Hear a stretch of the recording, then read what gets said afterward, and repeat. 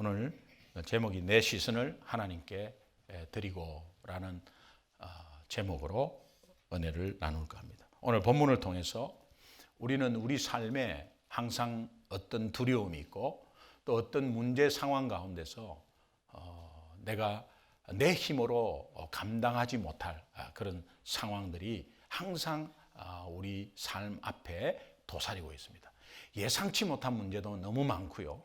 또 한 치 앞을 못 내다보는 우리 인생 가운데 정말 힘든 부분이 너무 많습니다. 너무 많은데 우리는 A라는 답이 있는데 B라는 답으로 하나님이 주실 수도 있고요.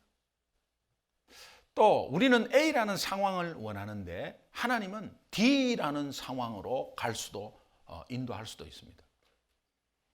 그러나 그 D라는 상황이 예상치 못한 어려운 상황이라도 하나님이 안 계시느냐? 아니에요. 계세요. 그래서 우리가 거기에 하나님의 시선을 두면 하나님께 시선을 A, B, C, D든 어떤 상황이든 하나님 쪽으로 시선을 두면 그때부터 솔루션이 보이기 시작하는. 예를 들면 좀 정말 예상치 못한 것들이 예상을 했는데 그것으로 되려 하다가 약간 좀 주춤하는 경우도 있고 안 되는 경우도 있는데 그때는 하나님의 시선을 두면 내가 좀 더 기도하는 시간을 하나님이 주실 수도 있고 그거보다 훨씬 더 좋게 할 수도 있고 하나님의 은혜는 우리를 죽이고 멸망시키는 게 아니기 때문에 믿으십니까? 그렇다면 오늘 본문을 통해서 이 두려움과 고난과 어려운 문제를 우리는 이길 수 없습니다. 늘 오는 것이기 때문에 또 거기에 휩싸여서 지칠 수 있습니다. 그러나 이것을 극복하는 하나님의 메시지가 두 가지가 있습니다. 오늘 본문을 통해서 함께 나눠보도록 하겠습니다. 첫 번째는 나의 시선을 하나님의 보호하심으로 옮겨야 합니다. 하나님의 보호하심이 굉장히 중요한데 왜 제가 옮겨야 한다는 저 말을 적었냐 하면 항상 그 상황에 우리는 머물러 있고 그 상황만 보기 때문에 그 상황에서 빨리 어떠한 상황이든 하나님 쪽으로 시선을 옮기되 우리가 구체적으로 말하면 하나님의 보호하심으로 시선을 옮겨야 합니다. 하나님의 보호하심을 받고 산다는 것을 확신하고 사는 사람의 태도가 얼마나 중요한 것인가를 오늘 시편 3편은 보여주고 있습니다. 시편 3편 1절 한번 보겠습니다. 같이 한번 읽습니다. 시작. 여호와여 나의 대적이 어찌 그리 많은지요. 일어나 나를 치는 자가 많으니이다.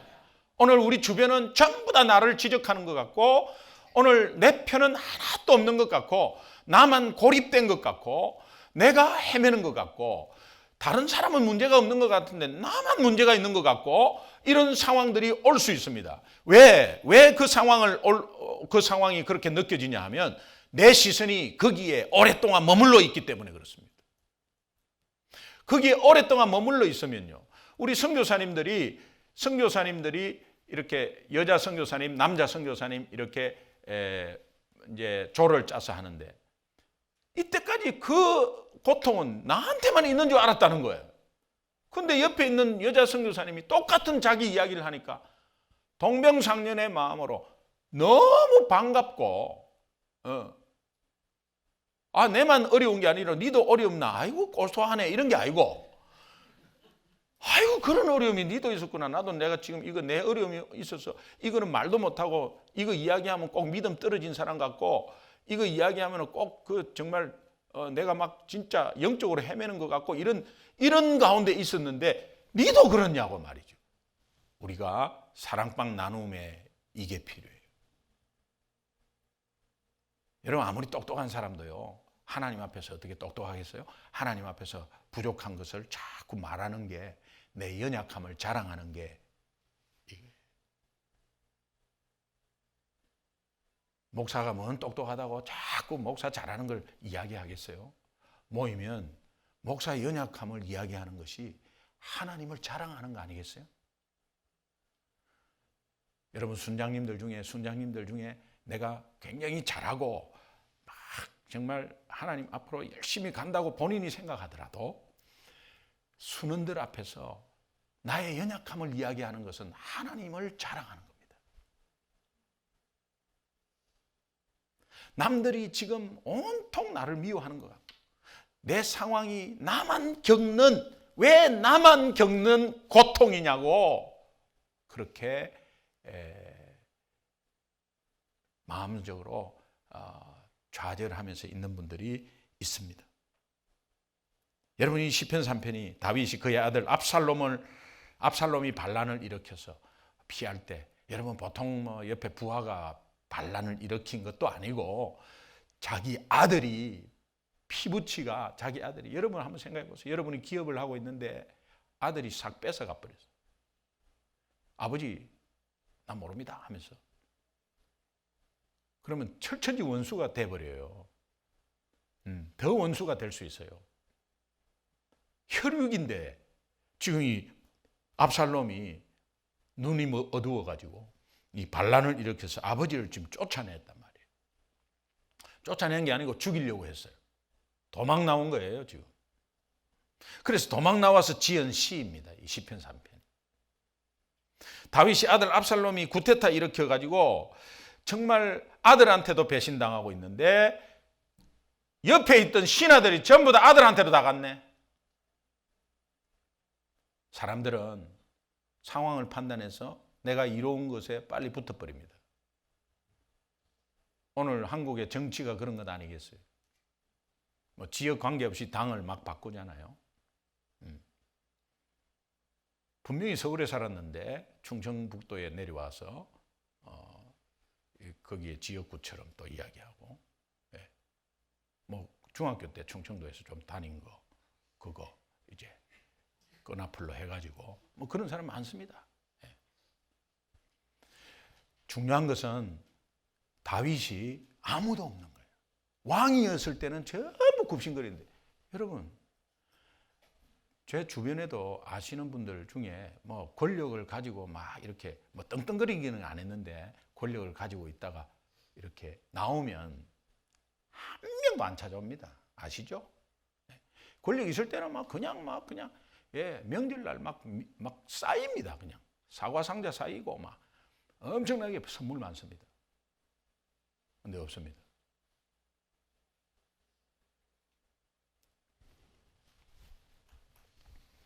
제가 나중에 은퇴하거든 많이 찾아오세요.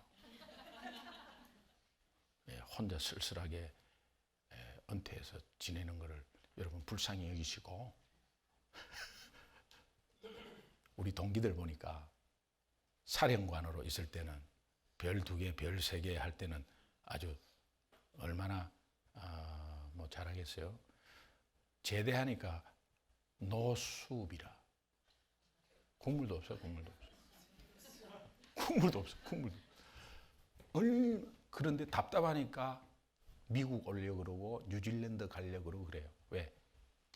우라통의 취미거든. 이것들이 말이야 정말 내가 이렇게 한다고 무시해 하면서 막 이렇게 되는 거예요. 그러니까 거기서 못 있어 잘. 다윗은 어떻게 했어? 왕이었는데 한 명도 없어 주위에. 죽을까 봐. 제자들이 옆에 있었는데 딱 십자가 사건 나자 한 명도 없어. 예수 믿었는데 손에 딱 오는 순간 모른 척해. 예수 믿는 것이 뭐 예수 내가 믿었나. 우리의 연약함이에요. 근데 2절 한번 읽어봐요. 시편 3편 2절을 한번 읽겠습니다. 같이 시작. 많은 사람이 나를 대적하여 말하기를 그는 하나님께 구원을 받지 못한다 하나이다. 봐라, 저 구원받은 사람이냐 저게. 오늘 우리의 삶에 헤매는 모습을 보면서 저 구원 받은 사람 맞냐? 라고 사람들이 손가락짓을 할 수 있습니다. 예수 믿는 거 맞아? 뭐 맞는데 왜 저래? 특별히 옆에 있는 가족들이, 전도 대상의 어떤 가족들은 너희들 예수 믿는데 왜 그러냐? 그 모습이 그렇게 할 수 있어요. 친구들이 나를 놀려요. 극도의 수치심마저 들고 온 주변 사람들이 자기를 비웃는 것처럼 보입니다. 그런데요, 시편 3편의 특징이 하나 있어요. 특징이 뭐냐니까 마치 캄캄한 어두운 밤에 정말 끝이 안 보이는 통로에 그 터널을 걷다가도 점점점 여명이 밝아지기 시작하면서 동이 확 트는 밝음이 있습니다. 그 밝음이 시편 3편의 특징이에요. 시편 3편 6절을 보겠습니다. 같이 읽습니다. 시작. 천만인이 나를 애워싸 진친다 하여도 나는 두려워하지 아니하리이다. 이 고백이 여러분 고백 되시기를 바랍니다. 1, 2절과는 완전히 다른 분위기로 반전해버리잖아요. 이 대전환이 가능한 것이 어떤 것에서 가능했느냐? 3절, 4절을 보겠습니다. 3절, 4절 함께 읽습니다. 시작. 여호와여, 주는 나의 방패시요 나의 영광이시요 나의 머리를 드시는 자니다. 높이 들어준다 이 말이죠. 다 4절 시작. 내가 나의 목소리로 여호와께 부르짖으니 그의 성산에서 응답하시는도다. 어떠한 어려운 상황 한 명도 내 편 없어. 나만 당하는 것 같아. 그런데 내 시선을 하나님이 나를 보호하시고 나의 방패시고 나의 구원이시고 나를 보호하신다는 시선을 딱 옮기는 순간 천만인이 나를 에워싸고 아무리 내 편이 없어도 하나님이 내 편인데 뭐가 두려워? 이렇게 고백하는 거예요. 여러분, 이민생활에 사람도 못 만나고 친구도 못 만나고 너무 바빠서 너무 혼자서 직장지 왔다 갔다 하는 사람 우울증 올 수 있어요. 외로워서. 나는 옛날에 친구도 많았고 나는 한국에 있을 때 참 잘 나갔는데 내가 먹고 살기 바빠서 지금 그저 그냥 이 일에 매달려 갖고 있을 때 그런데 뭐 마켓에서 만약에 내가 일한다 그러면 저 부부가 손잡고 마켓 나온 시장 나온 저 사람이 부럽고 아이들과 같이 나와서 시장 보는 사람이 부럽고 그렇게 보일지라도 천만인이 나를 에워싸고 내한테 비웃고 손가락질하고 놀림을 준다 하더라도 하나님이 내 편이다. 믿으십니까? 이 3, 4절 보면 제가 지난주에 부활의 주님은 현재 내가 현재 역사한다고 말씀하셨어요. I am이라고. I am the resurrection. I am the life. 내가 부활이요 생명이다. 내가 I was가 아니고 It's not about I was. It's not about I will. It's about I am. I am. 지금 여기에서도 마찬가지. 당신은 나의 방패다. You were가 아니고 You are a shield around me. 나의 방패다. 그는 응답하는데 언제 응답할 것이다가 아니에요. He answers. 현재 응답하는, 지금 응답하는. 믿으시면 아멘. 다윗은 자기의 시선을 두려운 상황에 머물러 있지 않았습니다. 엄청난 두려운 상황이고 엄청난 분노가 막 이끌는 그런 상황. 그럼에도 불구하고 그 시선을 거기에 머물러 있지 않습니다. 지금 현재 자신을 보호하고 계시는 하나님께 시선을 돌리는 순간에 그 두려움은 온데간데 없이, 그 억울한 상황은 온데간데 없이 사라져버리는 거예요.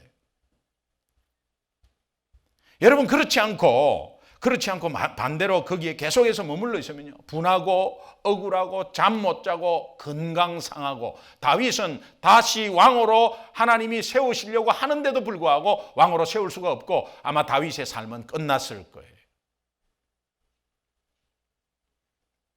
저는 정말 안타까운 현실이 있어요. 너무나 많은 크리스찬들이 시편 3편 1절 2절에 머물고 있다는 사실을 아세요? 여러분은 어떠세요?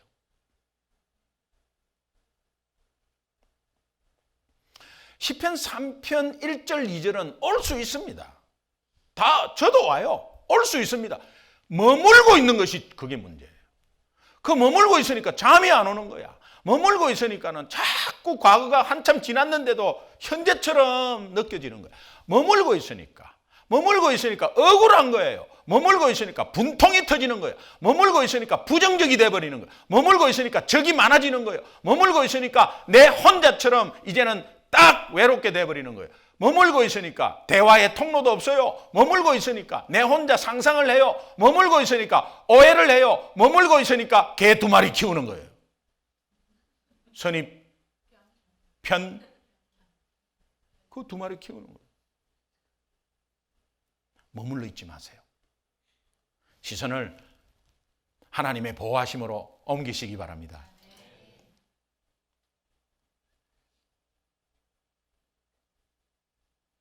그러면 이 6절과 같은 다윗의 담대한 선포가 나도 가능해집니다.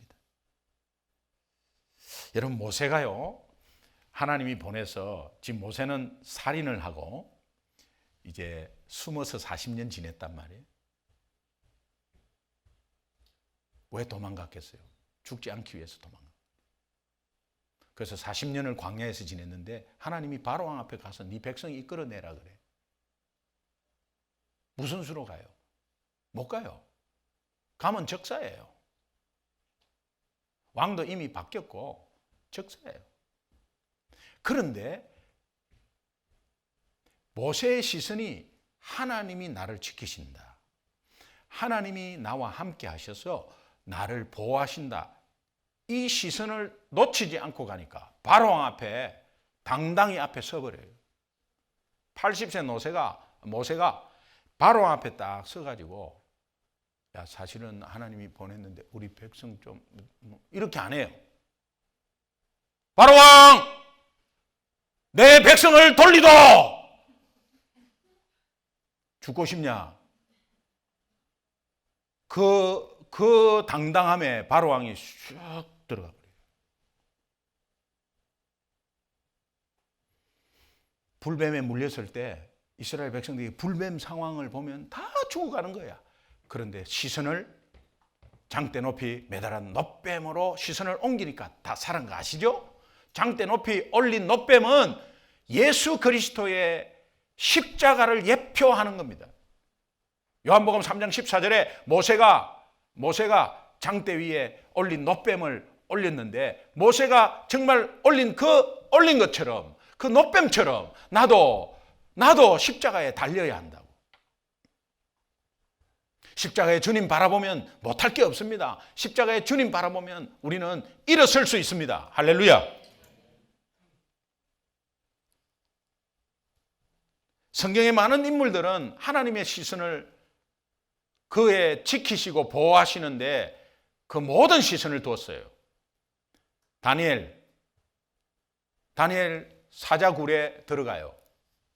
들어간 거 뻔히 알았어요. 느부갓네살 왕 앞에 절하고 다른 느부갓네살 왕 외에 다른 신에게 절하면 사자굴에 집어넣는다. 그걸 들었어요. 도장 딱 찍혀서 공포했어요. 예. 그런데도 하나님께 절하는 것은 뭐냐? 하나님이 어디를 가든지 나를 보호하신다. 사자굴에 들어가서 사자만 있었던 게 아니에요. 하나님이 함께 계셨어. 사자 입을 다 봉해버려요. 다니엘 세 친구 사드락 메삭 아벳노고 어떻습니까? 우상에 절하라고 했는데 절 안 합니다. 그 음식 안 먹습니다. 절 안 합니다. 죽는다? 안 합니다. 불에 넣는다? 안 합니다. 왕이 느부갓네살 왕이 화가 나가지고 저 풀무불 용광로를 7배나 더 뜨겁게 하라. 불을 엄청나게 떼버리고 거기에 넣어버립니다. 그러고 나서 털끝 하나, 머리털 하나 타지 않고 도로 나오니까 바로 왕이 그냥 저 느부갓네살 왕이 무릎 꿇어버립니다. 사드락 메삭 아벳노고는 하나님이 보호하심에 시선을 두면 두려움이 없는 겁니다. 할렐루야. 찬송가 370장 참 지난주에 많이 불렀는데, 우리 다 아는 주 안에 있는 나에게 딴 근심 있으랴. 이 근심 덩어리 아니겠어 우리가. 십자가 밑에 나아가 내 짐을 풀었네. 2절 보니까 그 두려움이 변하여 내 기도 되었고 전날의 한숨 변하여 내 노래 되었네.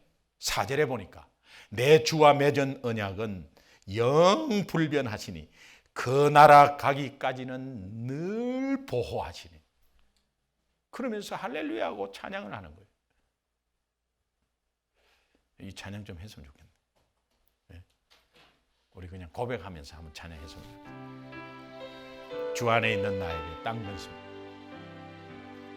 주 안에 있는 나. 사실은 근심 덩어리 아니겠어요? 땅 근심이 있어. 십자가 밑에 나아가야 해. 십자가 밑에 나 내 모든 짐을 풀었네. 주님을 찬송하면서 할렐루야 할렐루야.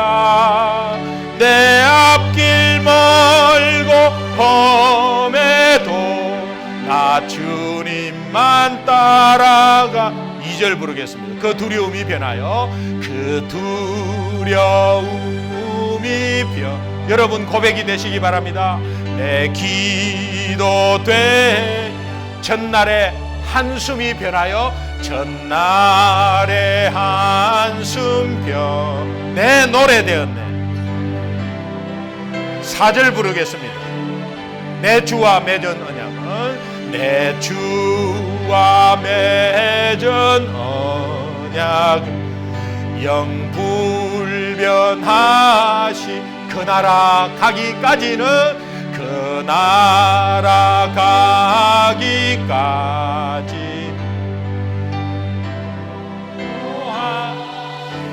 이때 손을 들어야 하지 않겠습니까? 주님을 찬송하면서 할렐루야 할렐루야.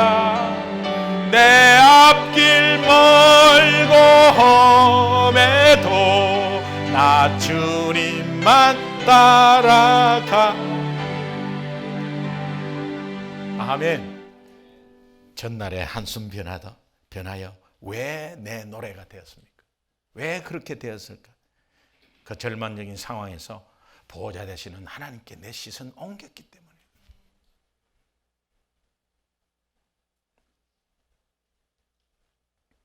그래서 기쁨의 노래가 나오고 할렐루야 할렐루야 부르지 않을 수 없다는 거예요.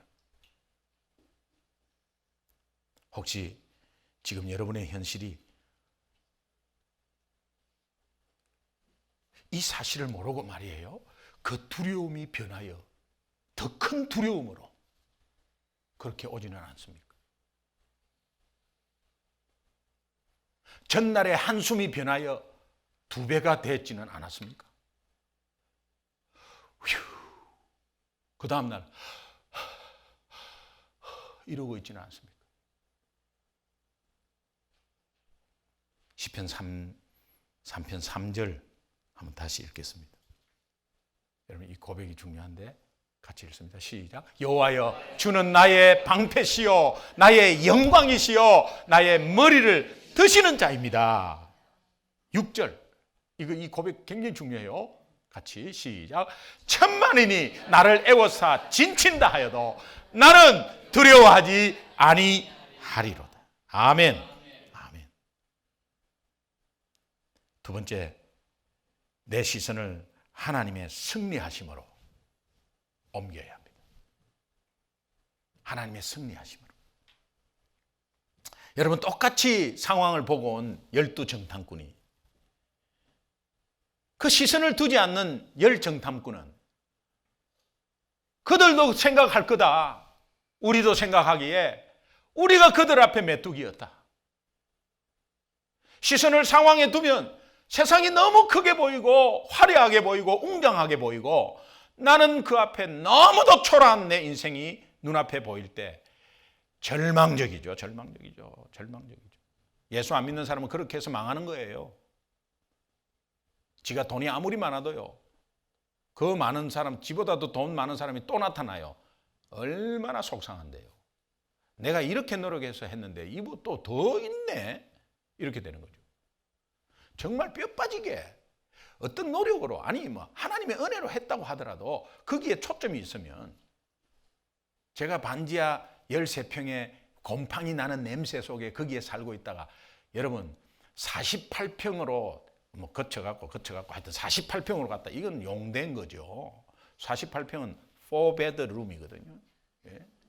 지금 여기에서 말하면 3,000 스퀘어 피트다 이 말이에요. 거기로 갔다, 이게 용된 거거든요. 근데 우리 친구 집에 가니까 84평인데 방이 7개야. 나 못 찾았어. 이거 뭐 이런 게 있나 말이야. 초점이 거기에 두면 속상해. 이 뭐 어디까지가 끝인가 말이야. 속상해요. 그러면 그들은 그것밖에 자랑할 것이 없어요. 계속 자랑하고 그거 자랑하고 그렇게 하는 거예요. 우리는 예수 자랑만 있을 뿐이에요. 할렐루야. 우리의 연약함, 못 사는 것도 자랑하고, 여러 가지 자랑하세요. 그러나 여러분의 게으름은 자랑하지 마시기 바랍니다.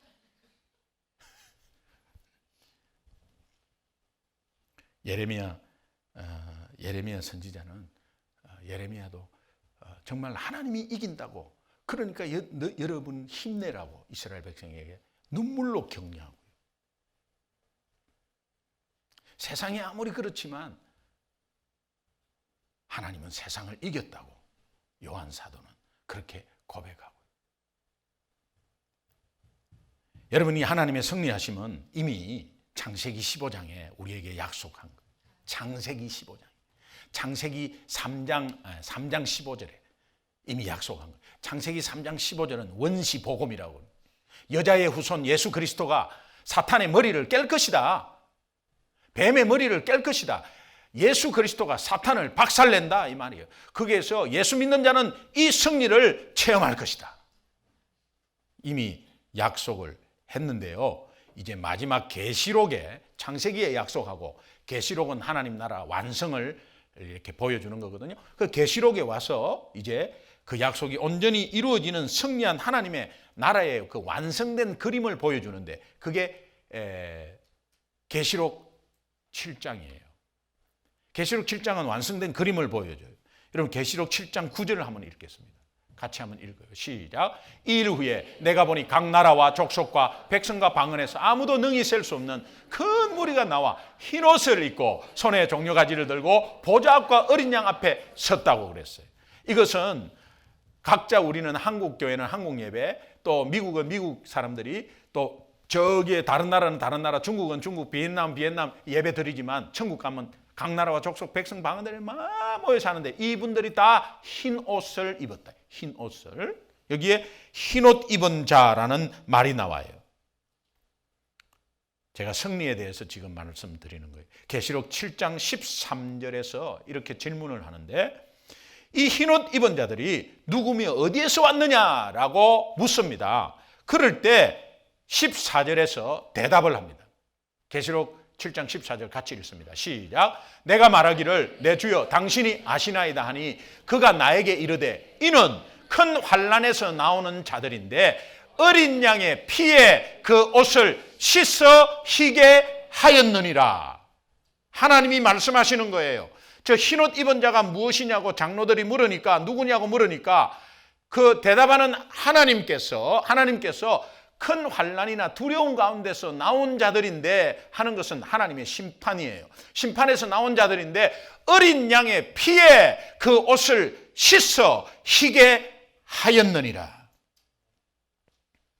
이 말을 왜 썼냐면, 구약에서 이스라엘 백성들이 전쟁에서 승리하고 돌아오면 전쟁에서 흘린 피 묻은 옷들이 있을 거 아니에요?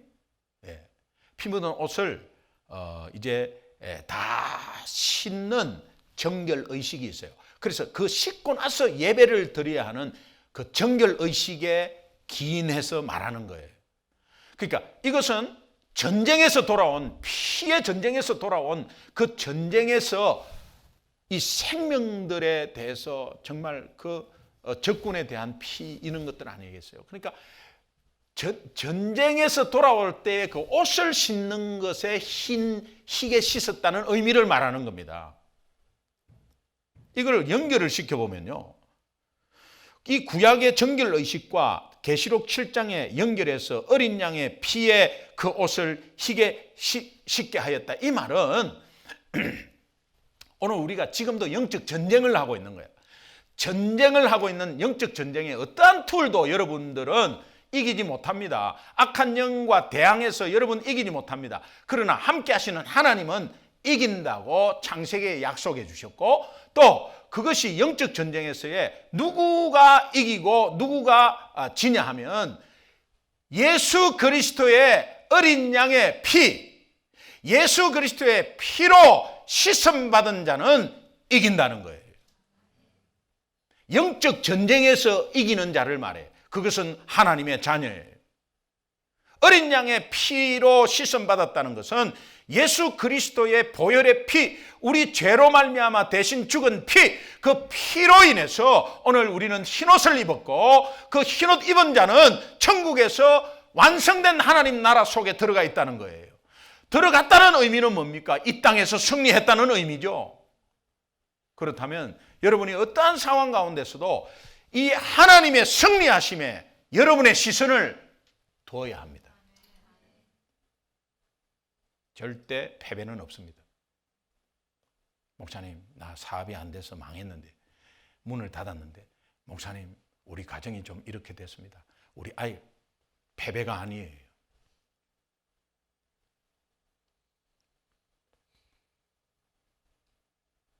사도 바울은 엄청난 고난과 핍박 속에서도 그의 시선은 항상 하나님의 승리하심에 두었습니다.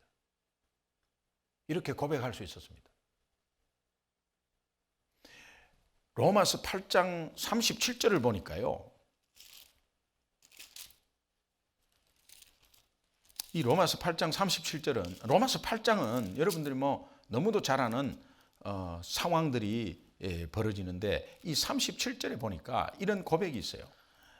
그러나 이 모든 일에 우리를 사랑하시는 이로 말미암아 우리가 넉넉히 이기느니라. 그냥 빠듯하게 뽀듯이 그렇게 간간히 이기는 게 아니라 넉넉히 이긴다.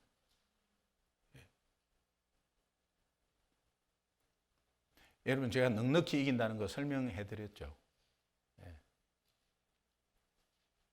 고개 끄덕 하시는 분은 3명 있는데, 옛날에 직장 생활할 때요, 봉고 빠듯하게 나오잖아요. 그거 바로 집사람한테로 가는 거거든. 내가 중간에 챙길 수가 없어요. 챙기면 큰일 나니까 빠듯. 그런데 집사람 몰래 특별 보너스가 나온다. 그 특별 보너스는 직접 내한테 줘. 넉넉히 이겼어요.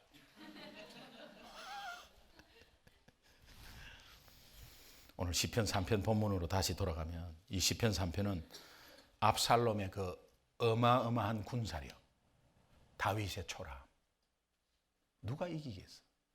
게임 끝난 거 아니에요. 그런데 여기에 대항하는 진정한 능력은 하나님의 승리하심에 있다는 거예요. 다윗은 거기에 시선을 두었어. 오늘 우리 영적 전쟁에서의 승리는 오직 나의 시선을 앞에 보이는 압살롬의 군사력 같은 어마어마한 상황과 두려움 가운데 두는 것이 아니라, 거기에서 예수 그리스도로 내 시선을 옮길 때에 십자가의 보혈의 능력이 우리를 어떤 상황에서도 승리로 이끄신다는 것을 여러분은 체험하게 되실 것입니다. 이 승리를 보장받은 우리들의 신앙생활이 어떠해야 되는가 잊지 마십시오.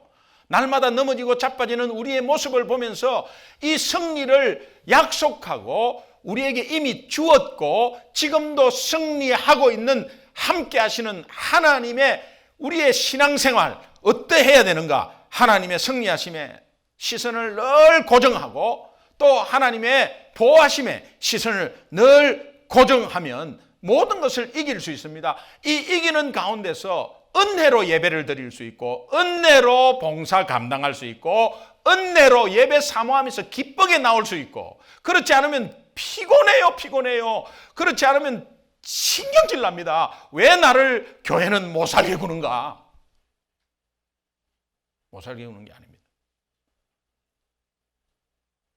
하나님과 여러분과의 관계를 보면 하나님이 여러분을 얼마나 사랑하시는데, 여러분을 이끌어서 업그레이드 세워서 어떠한 풍파도 튕겨나고 하기 위해서 단단하게 만들려고 하는 거 아닌데, 그렇잖아요.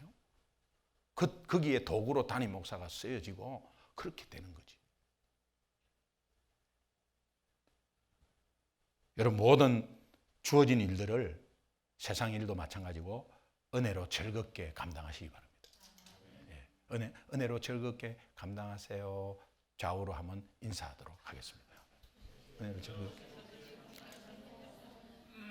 어떠한 두려움에도, 어떠한 어려움에도 오늘 우리의 시선이 절대 거기에 머물러 있지 않고 하나님의 보호하심, 하나님의 승리하심에 내 시선을 둔다는 것을 절대 잊지 마시고, 이 시선을 옮길 때에 두려움이 변하여 기도가 되고 내 한숨이 변하여 찬양이 될 줄로 믿습니다. 한 주간에 이 승리를 맛보고 다음 주일에 꼭 환한 승리한 얼굴로 다시 뵙기를 소원합니다. 기도하겠습니다. 하나님, 감사해요. 헤매고 있던 우리를 승리의 보장으로, 십자가의 보혈로 우리를 흰옷 입게 해주시니 감사합니다. 영적 전쟁에서 항상 일어나는 저희들 되게 하여 주시옵소서. 우리의 시선을 하나님의 보호하심, 하나님의 승리하심에 늘 잃지 않고 그 시선에 초점을 두는 귀한 한 주 되게 하여 주시옵소서. 감사하며 예수님의 이름으로 간절히 축복하고 기도합니다.